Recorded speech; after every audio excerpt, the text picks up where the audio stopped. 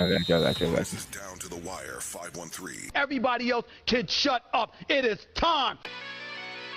Ooh, fly man ran. Back in the building, man. Yo, we in the building. We back.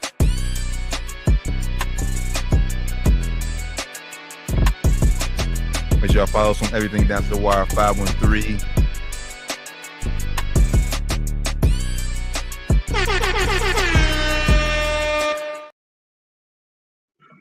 Yo, what's going on? What's going on, people? We back here for a pop-up show.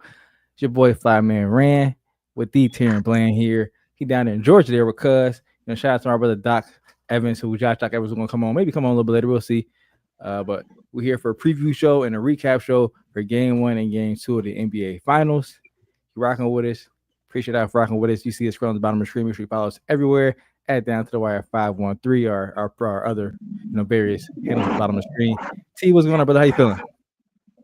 Shit, man, chilling, man. Like I said, down here, Albany in the country with Cuz. Celebrating his 40th birthday.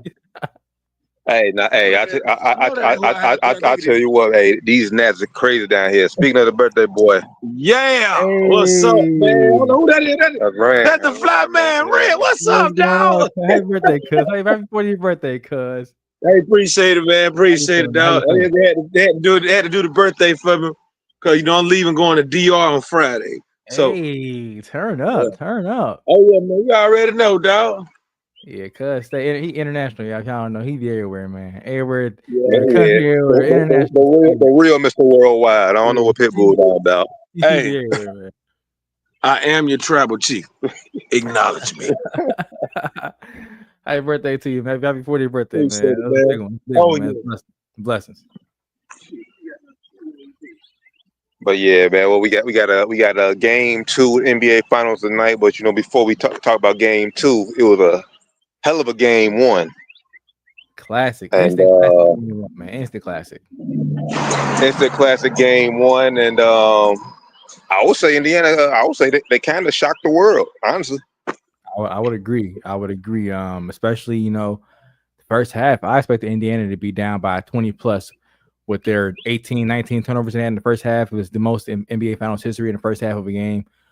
They looked very just rushed, very frazzled, and I'm gonna give OKC the credit for that. OKC's defense was phenomenal all night. Honestly, their defense was phenomenal all night. But that first half specifically, man, they were forcing Indiana to all kind of crazy, uncharacteristic turnovers. Even for Hallie, he had two or three turnovers in the first half. Live ball at that. But Indiana stayed strong. They kept the game close. Like I said, I expected OKC to be up by 20 plus after forcing 19 turnovers in the first half. When they were not up by 20 plus in the first half, I knew they were in trouble. Yeah, that was a difference. That was the big difference. Like you said, Indiana playing uncharacteristics, and Hallie even said himself, nervous. NBA Finals, world stage. There ain't nobody been on that stage before except for Pascal. Yeah, like you said, when they had all them turnovers, and they kept it within between 8 to 10 points all game. And I was like, okay, is this how the game gonna go? Then I was thinking about fourth quarter when they did. I was like, okay, OKC about to pull away, but that never happened. They got 15, but it wasn't enough.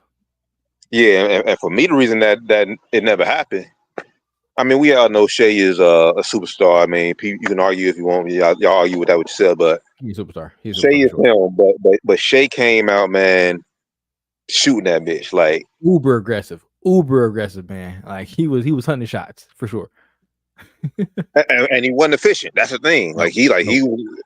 He was not efficient. First half, he had 20-something points in the first half, but 8 for 18. I said, yeah, this is. I don't like this. I don't like this at all. They were all makeable shots, but I thought he was forcing it, man. Personally. Oh yeah. And then I mean, we don't argue, but I mean, we talk about it on the show all the time. We talked about it in previous series. Jalen Williams, J-Dub, where you at, dog? Like, if you want to be considered the number two option, we say Chet on the show, but the world say you the number 2 option. Mm-hmm. Where you at, dog? Like you got to get yours. You got to go to Shea like, hey, you shooting ball too much. Let me get mine out. Let me get in some type of rhythm. Mm-hmm. And honestly, they probably felt that way because they was up, like I said, 8 to 10 points most of the game. So they're like, all right, we cool. But Indiana did what they did best, man. Came back in the fourth quarter, ran them down, And then, hey, once the guy, like I said, like the last few minutes, Indiana did what they did best, man. Closed out. Hallie has been the most clutch player of this playoff run. And he didn't even play the best, like that shooting wise. He did not play good. And the Indiana team as a whole team, they didn't play that well, bro. Pascal was the only one. He had 19 and 10, but other than that, bro, they didn't play well at all. Even Pascal didn't play that well. You mentioned Hallie didn't play great. They stuck around. Obi Toppin hit some huge threes, which he made up for. He played terrible in the first half, man. First quarter specifically, he had some bonehead turnovers, holding the ball too long. What are you doing? He played very out of character during that first quarter. But he made up for them threes, man. Them hard. He was going hard. Neesmith he only hit like 2 or 3 threes, but his threes he hit very, very big clutch shots. Miles Turner again, very clutch shots. And my thing, you mentioned J-Dub. I'm going to check too, bro. 9 shots. Yeah. I'm blaming SGA for that too. I'm blaming SGA for not getting his teammates more comfortable in that early going in the game. You're SGA, you know you're going to be able to get your shots whenever you want to.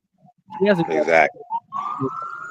Make sure they get going, and then you get going too, bro. If you give them the ball and then you get them going early, by all means, do what you got to take over. But early on, I feel like he was being uber aggressive. That's where he needs to get Chet more involved. J-Dub was being aggressive too in the first quarter. He was getting the shots. They just weren't dropping, honestly. But Chet, 9 shots, 21 minutes. I don't know what Dagon Hall was thinking. I think that's how you pronounce his name. The OKC Thunder coach. They look scary to me. OKC's whole team, the whole organization, they look scary to me. If you ask me, they came out there and they adjusted before Indiana even made any moves. Indiana came out there with their regular starting lineup, and immediately Dagonall switched up. Like, why are you going away from Chet and Ihart, bro? Like, go both bigs in one lineup. What are you doing? They played no minutes at all together, Chet and Ihart. Chet played 21 minutes. If he's your third best player, second best player, I think he's second best, third best player.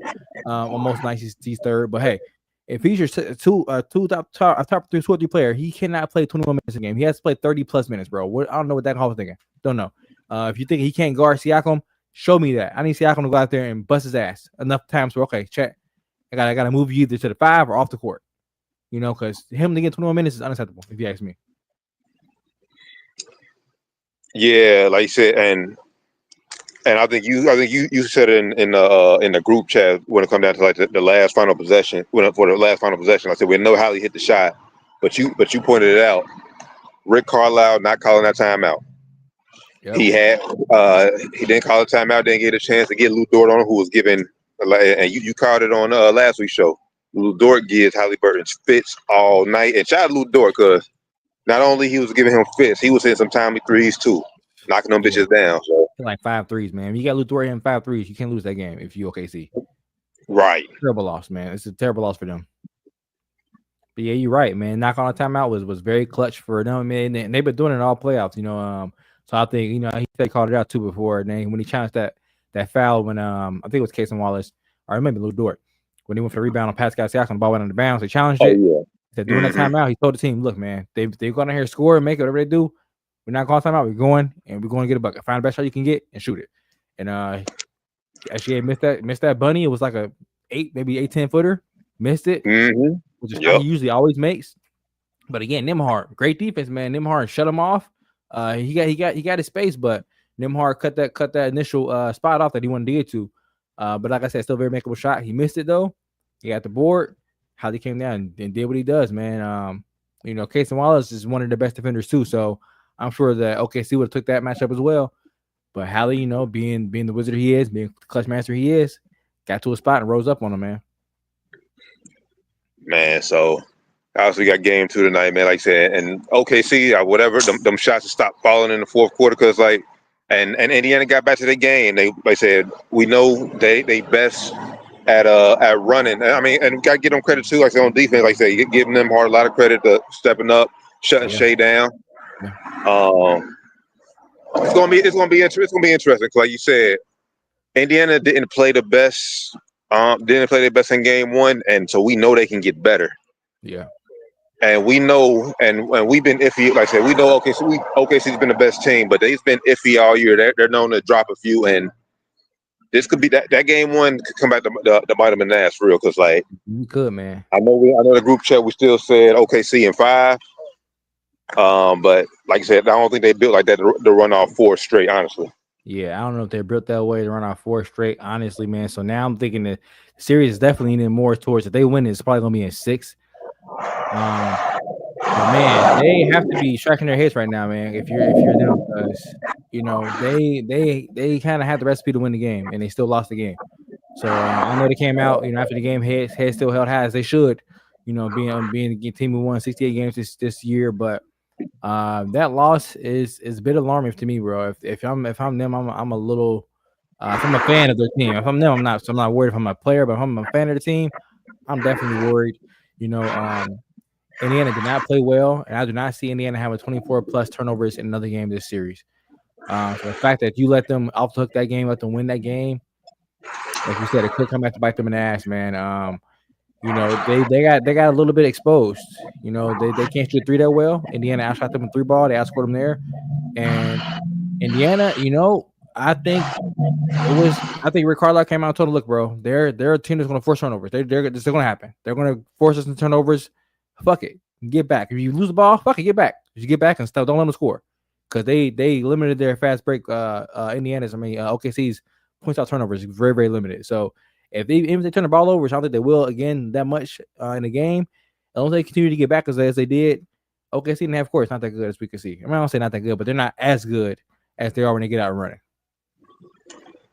and honestly, that's what we thought would have been they difference. Because we said OKC can get out and run too, just like Indiana, but we gave them a slight edge in the half court. But when Shea don't get the other team involved, you kind of one dimensional. They can focus all their attention on you. They ain't won't be worried about Shad, Jada, or whoever else. They just lock down on Shea. So I think tonight, in order for OKC to win game 2, I think I said the others had to get established and get involved early. Like I said, J-Dub, he was aggressive in the first quarter. He has the shots not falling. You gotta be aggressive the whole game. Chet, you gotta command the rock. Like I said, we know Shea gonna get his. The others got to step up basically. So I think that's gonna be the key for OKC to not get it the night of the game too. Yeah, I agree, man. I think the key for them is going to be they have to be stronger on the boards as well. They weren't very strong on the boards. I think they have to stay true to themselves, man. I think the coaching staff and the team has to stay true to themselves. If you don't want to adjust too early. And I think they're it might be already too late for that. They're kind of already on their heels now. They're adjusted too early, but you have to stay true to what you do. If you want to go double big, go Chet Neihart and make Indiana adjust and make them play them off the court. Don't over adjust and adjust too early to where you're already over analyzing the game. Make them adjust to you. You're the better team. You won 68 games this season. Make them adjust to you and what you do. I think that's going to be OKC's key to the game. I think for Indiana, man, for them, you just have to take care of the ball. If I'm Indiana, I won that game. I skated out. I saw that game with 25 turnovers, however many turnovers we had, and we still won by 1. In my mind, if we didn't even play good, if I take care of the ball, we win that game by 10 plus points. If I'm Indiana, so if I'm Pally and if I'm Siakam, same mindset. We want to play sped up. We want to play fast. We also want to play controlled and getting our shit, man. They can't stop us if I'm them. Yeah, and like I said, that's scary. That's scary to think Indiana can play much better. Yeah. Because so we said Hallie didn't shoot the rock. He didn't shoot the rock well. Siakam set the tone early, but we know he can be better offensively. Yeah. And then, like I said, if they cut down on the turnover, boy, then look out. So, like I said, I'm still rolling with OKC to win it.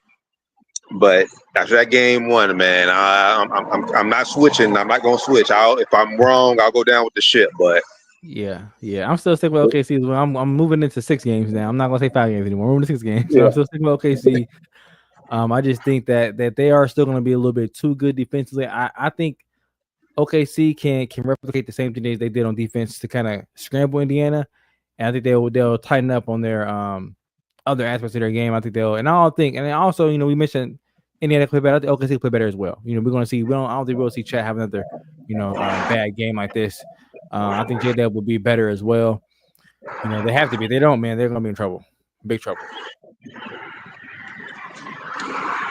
So we'll see what goes down that game 2 tonight, 8:00 ABC. So we both rolling with OKC in game 2. Down here in the country, boy. Well, you want All I hear is like old ass cars or some loud ass cars. Go past the shit. that wasn't even a car. That was a motorcycle. It's like a motorcycle. It's like a little small ass scooter. Yeah, I want to crash rockets. yeah, yup, exactly. That's funny as hell, man. But right now, so obviously, if OKC comes back, it's almost guaranteed Shea's going to be the Finals MVP. But right now, if Indiana, it's only game 1. So, would you say Siakam is a front runner for MVP? Right now, I probably would say he's a slight edge over Hallie. Because it's the same thing that happened in the East Conference Finals. Hallie has the moments, but Pascal has the better all complete games. So I would say right now slight edge to Pascal, but again, this is in my opinion, this is how it has to be for Indiana. Like it should be Pascal should be your best, your number one go-to guy. You know, even if Hallie should want him to get the MVP. Like, yeah, you're the guy, bro. I want you to be the leading scorer. You should be the guy running the shit, bro. I'm the point guard, I'm the main guy, but you should be the guy that's leading us on offense, bro. I'm the engine, but you're the guy who's scoring the points. Yeah, I agree. Hallie should easily average. Rest of average somewhere between 12 and 15 assists a game. Yep, he should, man. He should, and somewhere between 18, 22 points a game. You know, as long as he's playing efficiently. You know, if he started getting 25, 30, then he might start leaning over the way towards Hallie. But you know, as long as Pascal stays consistent and he gets his 20, 25, 10 boards, plays good defense out there, I think he should get it. But it's close, man. It's a good problem to have. You got your two best players play well enough to be considered both, right there. So, good problem to have, man. I think the edge for them though, Rick Carlisle, man, he's a fucking genius, bro. He's a genius, bro. And I think he got dagging on them scared. I think they gave him a little bit too much respect. Like, of course you want to respect Rick. He's a great coach, but they gave him a little bit too much respect.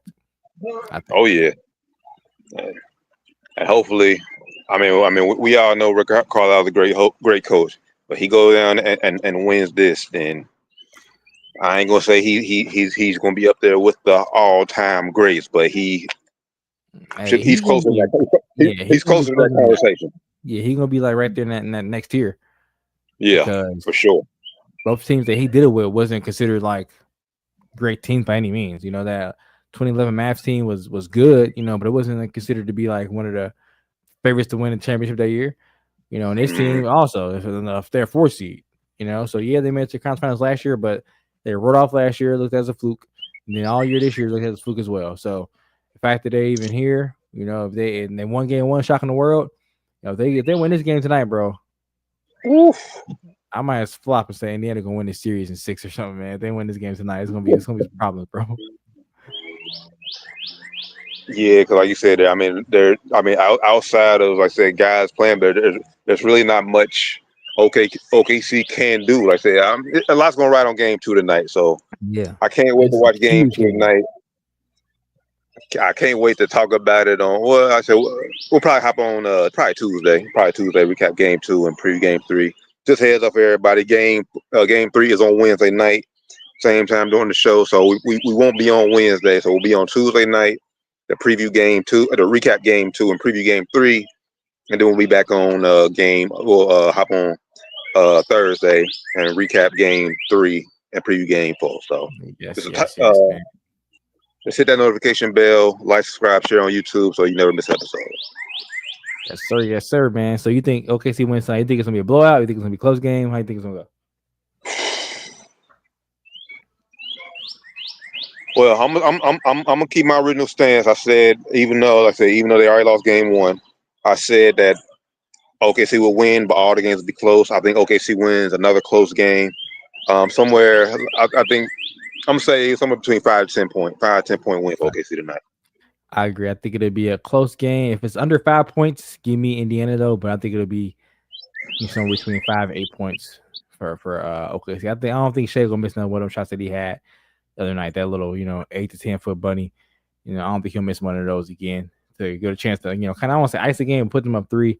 That would have at least put them in overtime probably at the worst case scenario. So I don't see him missing more of those shots down the stretch. I just think he needs to get Chetnam involved earlier on and take over. He needs to be more that aggressive if he was in the first quarter. we see it in the fourth, not the first. From Shea. Exactly. And then, like I said, if you get them more aggressive, about time the fourth quarter get here, shit, they got to worry about others instead of just you. So yeah, facts. Simple basketball. Basketball is a simple game when you really think about it. It is, man. It is. Well, like I said, if it's close, man, I don't know, man. Indiana just got that juice, man. There's something about them. They don't give up. They got that belief in themselves, man. And if it's close, and they battle tested. Yeah. We seen it, bro. We seen it all playoffs. So, like I say, if OKC, honestly, bro, if OKC ain't up by like 20, 25 in the fourth quarter, then yeah, I ain't turning that shit off, bro. I know that much. no, not at all. I know that much, man. I just think it's gonna be a good game. I said it's gonna be a good series, man. I know we saw the ratings. That little thing that came out. The ratings is the lowest rated game one since they said, I think, this is way back. I don't know. It was like even before 2000s, even lower than the COVID finals. They said so. But hey, if you didn't watch that, you missed a great ass game, bro. This is a great ass series, great ass basketball being played. I know you ain't got the big names involved, you ain't got the story franchises involved, but if you like basketball, man, this is a great basketball head series, man. It's great X's and O's being played.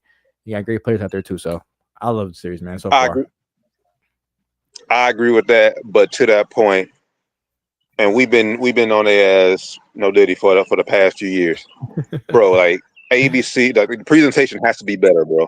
Like go back to player and showing the player introductions, like. And go back to bringing the finals logo on the court. Like the players came out a big trophy. Like didn't they have that shit at one point? Like it was a big ass trophy, and the players like came out inside the trophy or some shit during introductions for finals. When is something like that going on? I'm tripping. I feel like hold on, you kind of broke up. I feel like at some point in this lineups, it was like where they had a big trophy and players came out of the trophy or came out beside a trophy at some point. During starting lineups, they didn't do that shit. They did that. It was years ago. It was like I remember the Lakers, Magic 09. They had that shit. But bring that shit back, man. Bring that shit back. I'm kind of cool on the whole decal. That shit was slippery as fuck. So I understand the whole decal up, but do something, man, on the court or something to make it seem special. It seems like make it smaller. Yeah, make it smaller or something. Or make the court gold or something. I don't know. Do something, man. Do something different. Right, exactly. Make the lines gold or paint gold or something. Do something.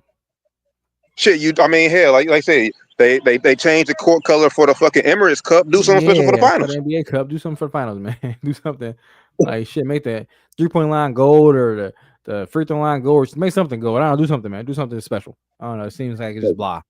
So I think the NBA should have switched the finals coverage to NBC next year. They should have did. Facts, but Disney, they got the damn contract locked up. I think for like the next 10 years or something. So we'll get 11. Mickey Mouse ain't playing no games. So, but yeah, they got to do something. Hopefully, maybe I know you're not a fan of the show, but maybe when they come over, that can give it a new boost or something. Because inside, I don't know, maybe man, we'll see, man. We'll see how it works with Inside and ESPN. Maybe it'll be a better. I doubt it. The show wasn't bad at all, but it's just the way they talk about the game, the current game. I'm not a fan of that. But overall, it was a funny thing going on. They had some good entertainment value. And according to what I read, they said that they treated Inside like Pat McAfee. They just switching networks, but they not touching the show. They said it's gonna still be in the same studio and everything. So Ernie said in the last broadcast on TNT, said it's gonna be the same studio, it's just gonna be a different, it's gonna be on a different channel basically, but same studio, same people working on it still. So it's gonna be it's basically the same show. It's just gonna be on a different network. The licenses in and out. So we'll see how it goes, man. They're gonna try to probably have them trying to intertwine them with the NBA analysts for ESPN too. So we'll see how that goes. And then also, like, why can't we get like an alternate telecast or something? Like, make it feel big. Like now, national championship, college football, they have ultimate broadcast. Yep. Make it feel big, bro. Like that's one thing. Like NBA finals, bro. They lack presentation. Yep, I will agree with that, man. It lacks a lot of presentation for sure. And then when you got, when you don't have the big stars playing in it, when you don't present it well, it's definitely not gonna pop to the to the casuals. Of course, the basketball heads like us, we're gonna watch it because we're basketball heads. We watch it anyway. We're gonna watch who's playing. But for the casuals, it's no LeBron, no Steph, no KD, no Giannis. Ain't no big names in it. And you're not doing a good job making it feel like special or look like it's anything different than we've been watching all year. They're not gonna watch that shit, man. So it is what it is. I saw this coming. The ratings are gonna be bad. I saw it coming. Knicks not in it. I saw it coming. So who's Knicks the ratings done. First finals is over. Once the Knicks and T Wolves got out, like we knew, but like I said, we thought we know it's gonna be a great series. Game 1 proved us right. Hopefully, Game 2 can prove us right here in about an hour and 30 minutes. Yep, we'll see, man. Hopefully so. Get popcorn ready. Yes, sir. So we appreciate y'all hopping on for this this quick NBA Finals recap preview edition. I said we'll be on Tuesday this week and we'll be on Thursday this week. So once again, follow us on everything down to the wire 513, or let's always say just Google us, like, subscribe, share on YouTube, and hit that notification bell so you never miss an episode. Yes, sir. Yes, sir. Take us home, brother. All right, man. Hope you heard T said it best, man. If you want to hop on the show ever, hit us up in our DMs, either individually or on one of our handles at the bottom of the screen. But hey, everybody out there, enjoy the rest of your Sunday. Enjoy the game. God bless y'all. Peace out. We out.